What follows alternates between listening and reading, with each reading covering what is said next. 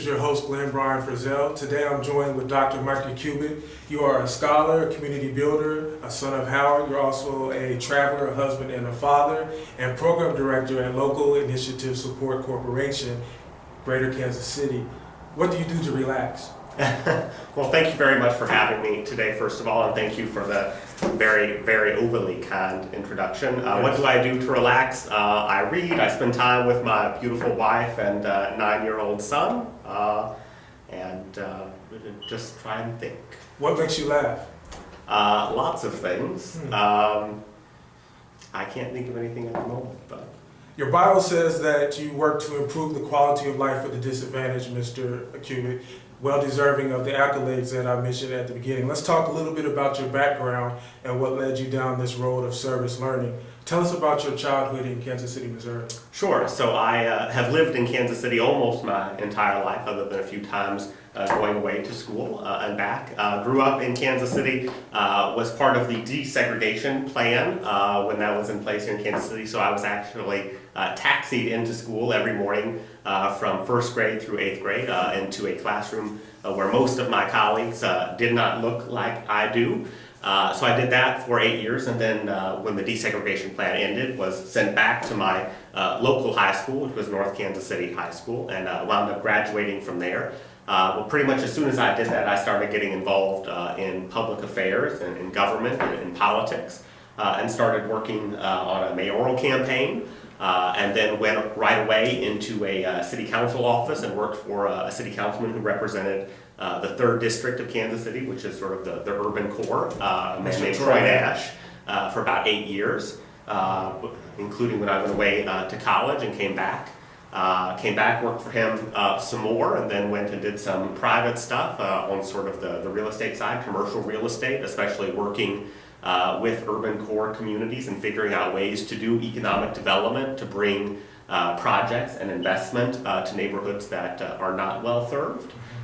Then went back to school to get my master's and doctorate at Howard University in African American politics. That's right. African American politics. I'm still kind of in high school. Wow, this is really a merry-go-round. Of all your varied accomplishments, what are you most proud of during your high school career?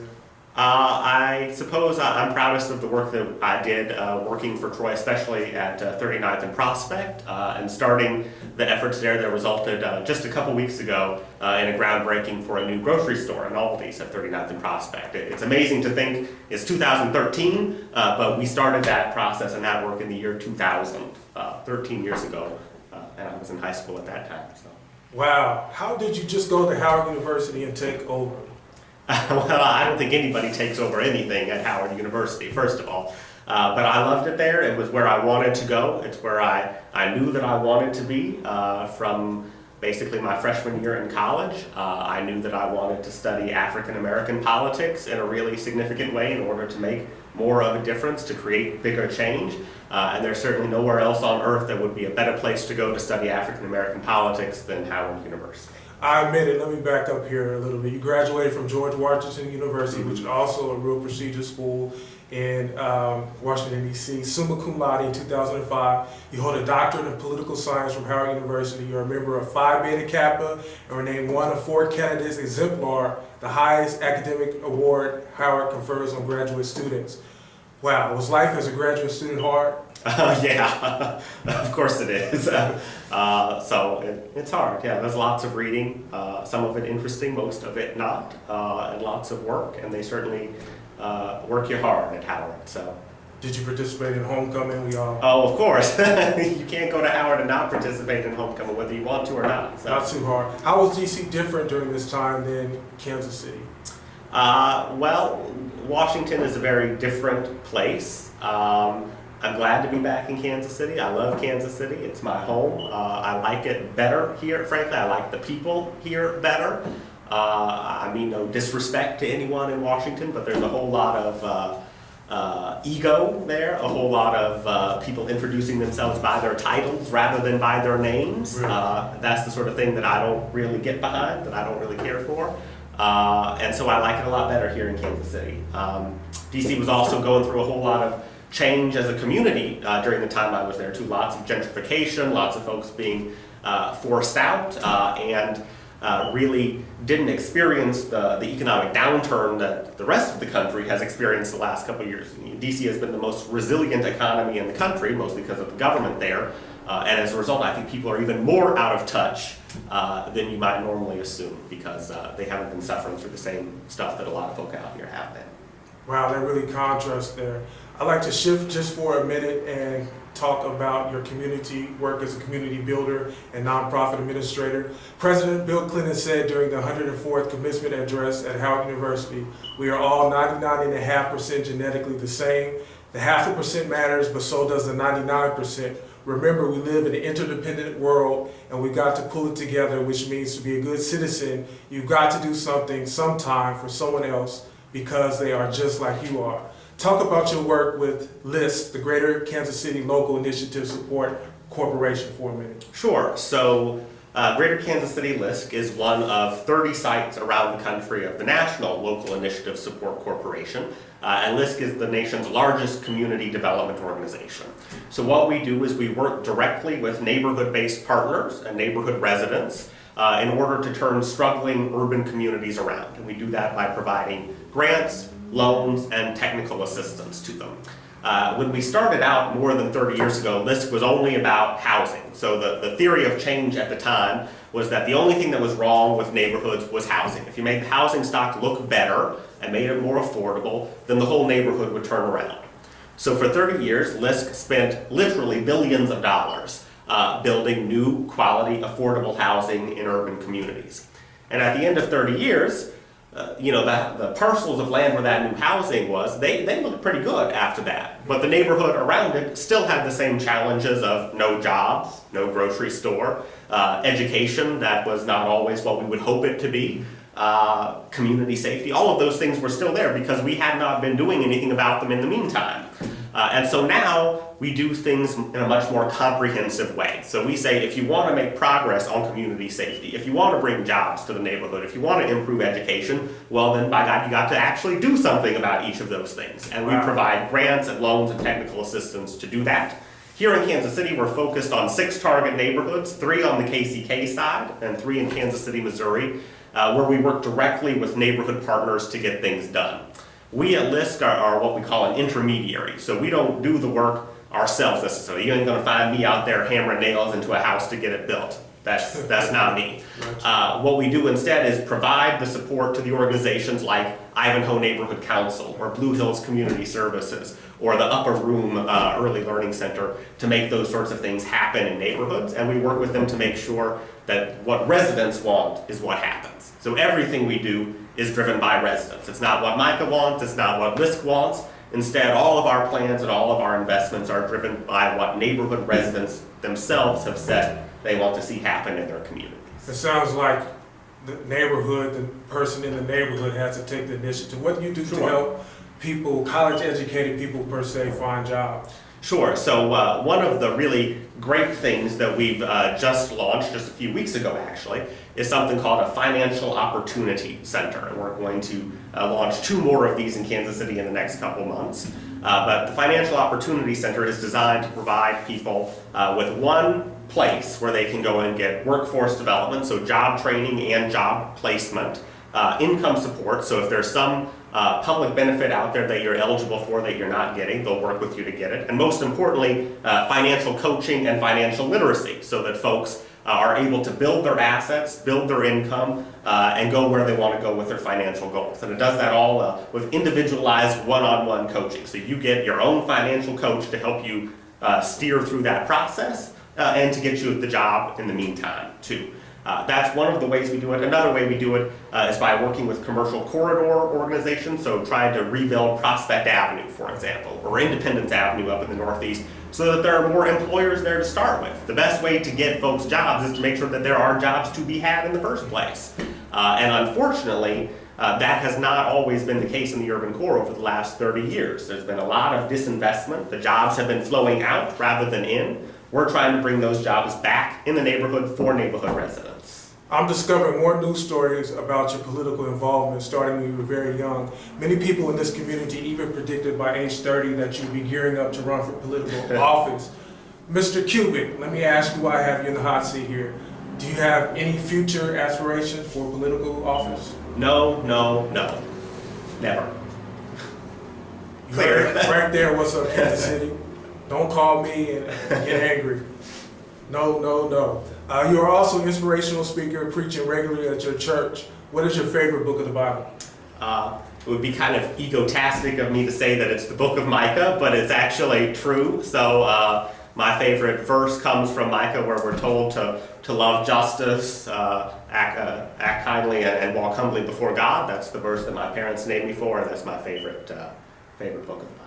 What's up, Kansas City? If you're watching this and you can hear my voice, go to www.micahkubic.com to learn more about this man. I would like to ask you very quickly to comment on two current issues.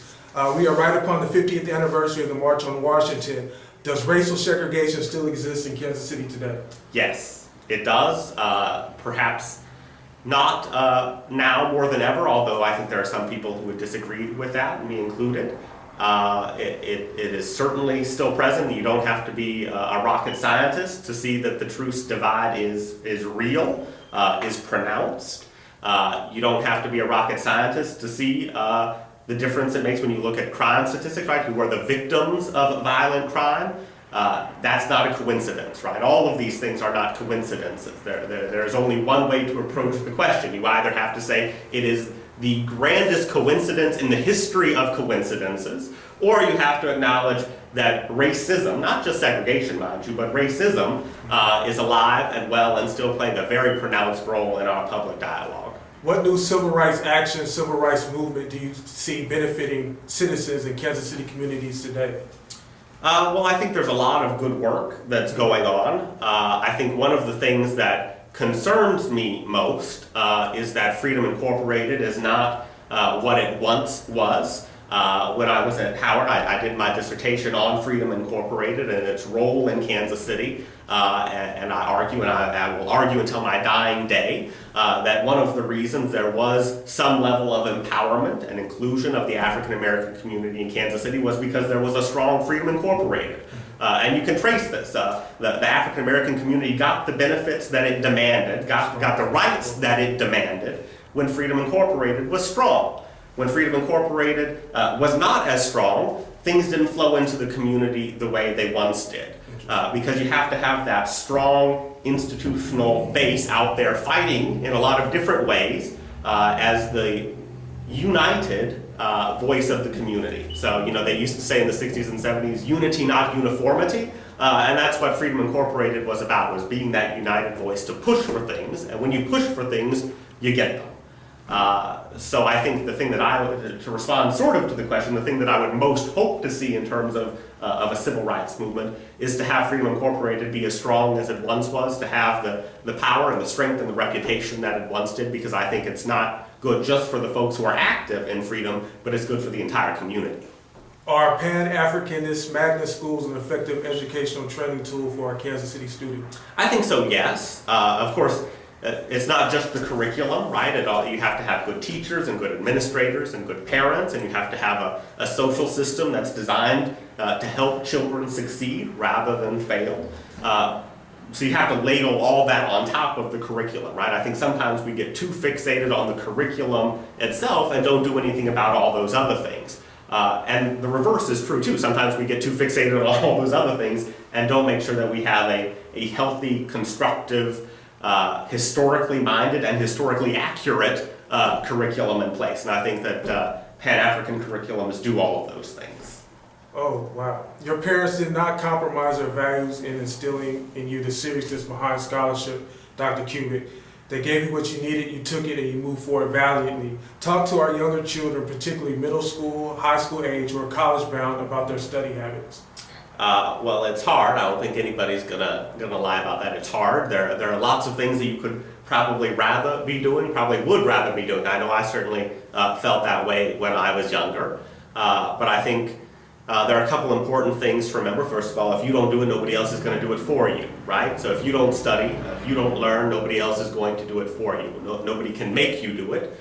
You have to do it for yourself, and you have to hope and trust and pray and know that it is going to pay off in the long run. And second of all, I think it's important to emphasize that our young people should be studying things that they care about too. Yeah, there are lots of things that you have to study for school because it's part of the curriculum, it's what you're told to do. But find something that you are passionate about. Find something that you actually like studying. Find something where studying it is not painful, where it doesn't make you want to go out and do something else. And pour a lot of energy into that, because you're both going to get something out of it for your mind, and you're going to get something out of it for your long-term future too. And what's more, I can guarantee you, if you don't study, there are other folks who are studying. And their success is going to come at your expense unless you're out there doing the same thing. Mr. Kubic, what projects will you be working on independently and with LISC in the next couple of months? Well, at LISC, we have a lot of great things going on. There are great progress, great momentum happening in each of the 6 neighborhoods where we focus. For example, in the Ivanhoe neighborhood, they're working on a wonderful new affordable housing project on 39th Street. You have the Aldi's grocery store at 39th and Prospect. Those both really have the potential to make a huge impact on the quality of life for residents of that neighborhood. So that's something that we're really focused on. We're really focused on improving the Prospect Avenue and Independence Avenue commercial corridors because that brings jobs, it brings vitality. For me personally, I'm very active in an organization called People to People International, which was founded by President Eisenhower in 1956 to facilitate international cultural exchange, so getting people to know one another better as people on an international basis. And I serve on the board there, so there's a lot of work that we're doing there to make sure that that message of peace through cultural understanding continues to live in this decade.